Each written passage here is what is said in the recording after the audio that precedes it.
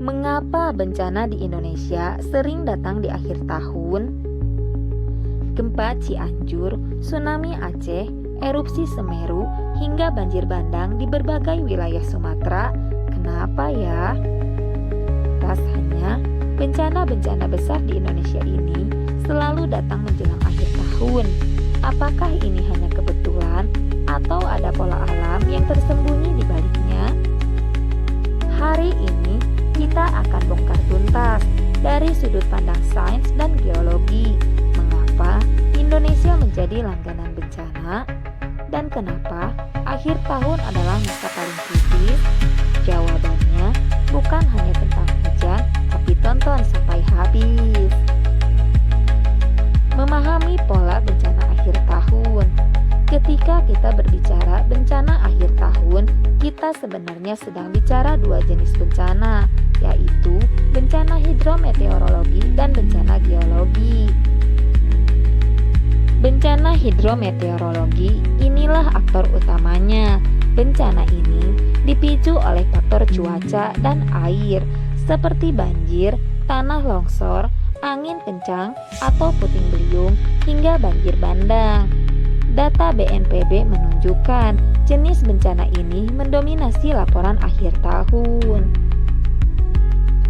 Bencana geologi seperti gempa bumi dan erupsi gunung berapi.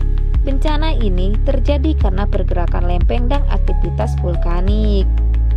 Meskipun tidak terkait langsung dengan musim, mengapa seolah-olah sering terjadi di akhir tahun? Ini mungkin karena intensitas bencana hidrometeorologi yang tinggi, membuat kita lebih sadar dan sensitif terhadap semua jenis musibah yang terjadi di periode yang sama. Contohnya, gempa bumi Cianjur atau tsunami Aceh yang kebetulan jatuh di akhir tahun. Sekarang, mari fokus pada pemicu utama musim hujan. Faktor utama musim hujan dan fenomena iklim. Jadi, kenapa akhir tahun ini puncak bencana air? Jawabannya ada pada siklus musim Indonesia yang dipengaruhi oleh dua hal besar, yaitu angin muson dan fenomena iklim global.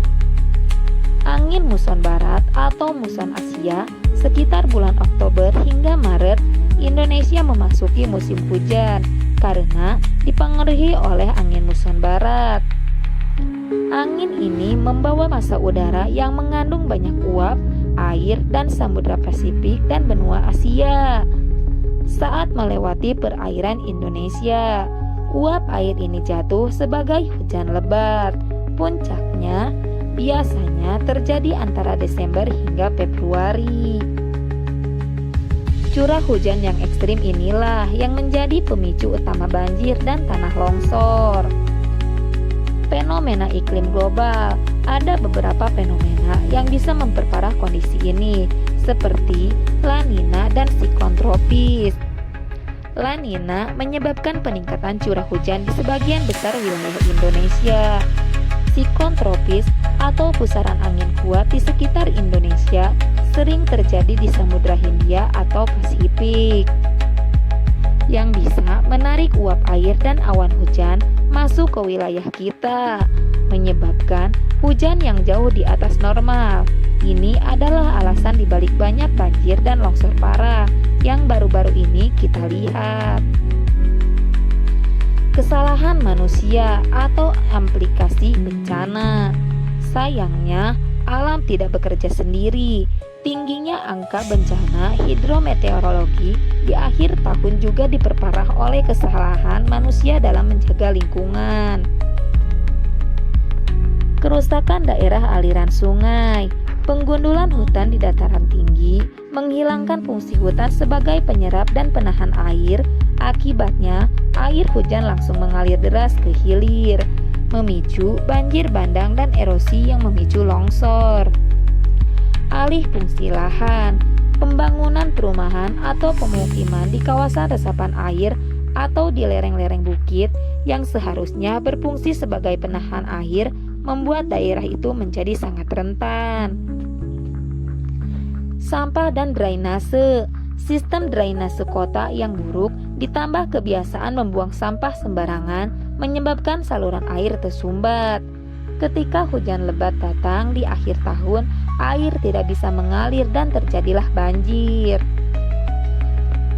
Jadi, bencana di akhir tahun adalah kombinasi fatal antara musim hujan ekstrim yang alami dan kerentanan lingkungan yang kita ciptakan sendiri. Kesimpulan dan mitigasi atau call to action. Indonesia adalah negara yang dianugerahi keindahan alam sekaligus tantangan geologis yang luar biasa karena berada di jalur Ring of Fire dan pertemuan lempeng. Pola bencana di akhir tahun, terutama banjir dan longsor, adalah konsekuensi alamiah dari siklus musim hujan kita. Namun, kita bisa mengurangi dampaknya. Mitigasi adalah kuncinya, mulai dari level individu dengan tidak membuang sampah sembarangan hingga level pemerintah yang harus tegas dalam tata ruang dan restorasi hutan. Tugas kita bukan hanya bereaksi setelah bencana, tapi bersiap sebelum bencana datang. Bagaimana pendapat kalian? Daerah mana yang paling kalian khawatirkan menjelang akhir tahun ini?